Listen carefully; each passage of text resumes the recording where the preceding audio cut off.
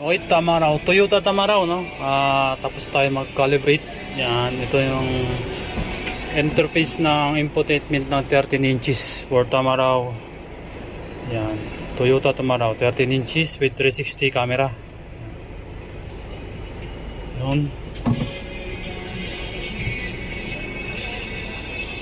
Okay, papalitan natin mamaya ng image ng pick-up. Okay. 13 inches, no? Sakto-sakto lang po. Ayan. Ayan po likod. Yes. Sakto lang sa dashboard kasi malawak yung dashboard ng Toyota Tamaraw. Ayan. Okay. Kanan, yan. Kaliwa, pre. Okay, yan. Reverse. Ayun. Ayun, malinaw. Yan. Okay. Atin na. Ngayon ng Todi. Yan.